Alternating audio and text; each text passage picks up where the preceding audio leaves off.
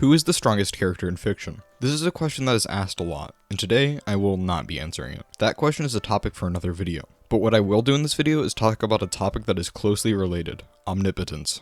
Omnipotence is a heavily debated topic in the power scaling community, and today I'm going to do my best to share my take on how it applies to fiction.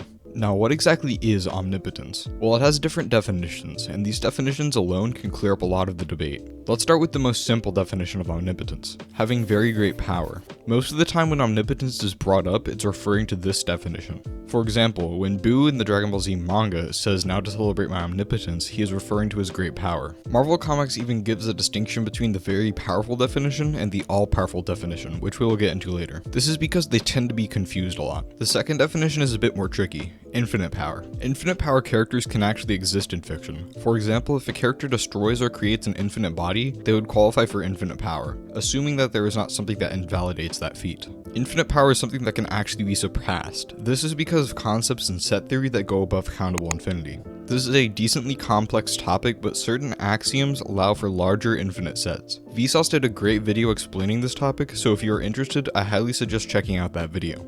Will looking at this cause you to die 1 week later? Impossible, right?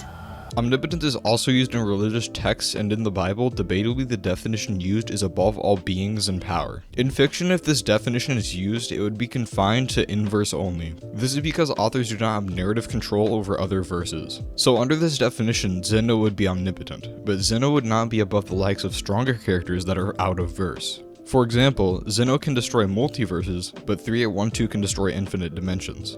Akira Toriyama would have no narrative control over other verses such as the SCP Foundation. This also applies to self-inserted characters like Toribot. They would have control over their verse, but not others. Now on to the most contentious definition: unlimited or all-powerful. This definition is what most people think of when omnipotence is brought up. This definition is commonly referred to as true omnipotence. True omnipotence is more than just a contentious topic in fiction. It is in a lot of philosophy. The first argument against omnipotence actually stems from philosophy of religion. You may have heard of it, the omnipotence paradox. The omnipotence paradox proposes the question: could an omnipotent being create a boulder so heavy that they could not lift it? If they can't, then they can't do everything, thereby not being all-powerful.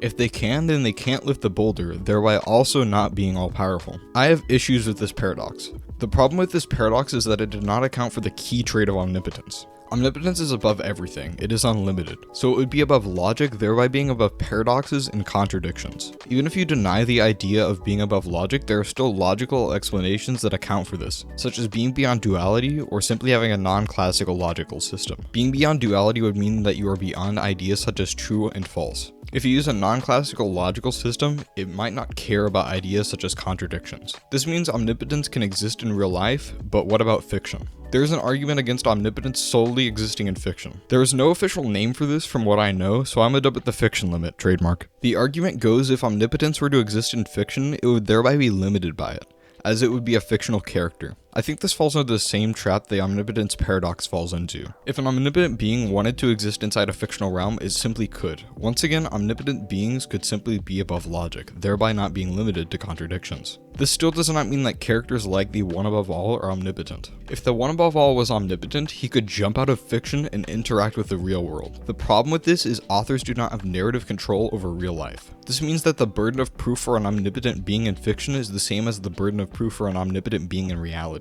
A character in fiction being called omnipotent is the equivalent of me saying an omnipotent being exists because I said so. Simply claiming an omnipotent being exists does not mean one does. To answer the question of this video, can an omnipotent being exist in fiction? I think yes, but it requires a lot more proof than an author saying so. For the sake of the video, let's say the burden of proof was met for this omnipotent being. Could you go higher than omnipotence? Some fictional verses claim that they have characters higher than omnipotence, examples being Sug's verse and World of Darkness. Most of these claims are arguments beyond semantics and logic. Omnipotent beings are already above logic. Trying to comprehend something above logic is difficult enough, much less trying to assume the nature of something above that. There might be some niche philosophical concept that would substantiate or shed nature on an idea of something above omnipotence. If you have any info on this, hit me up on Discord. I'm very curious when it comes to this topic. It might seem absurd to go above something without limits, and to that I would agree. But who knows, philosophy and omnipotence are very vast subjects. If you have any questions or just want to argue, leave a comment down below. This was Okay, I have not uploaded in a while. This was because I decided to take a break and then immediately tried to start up a big project, so it ruined my workflow. That project is the fallacy video, and it is still going to take a while to complete. But for real this time, this was optimized, and I'll see you in the next one. Watch this video if you are curious about philosophical razors.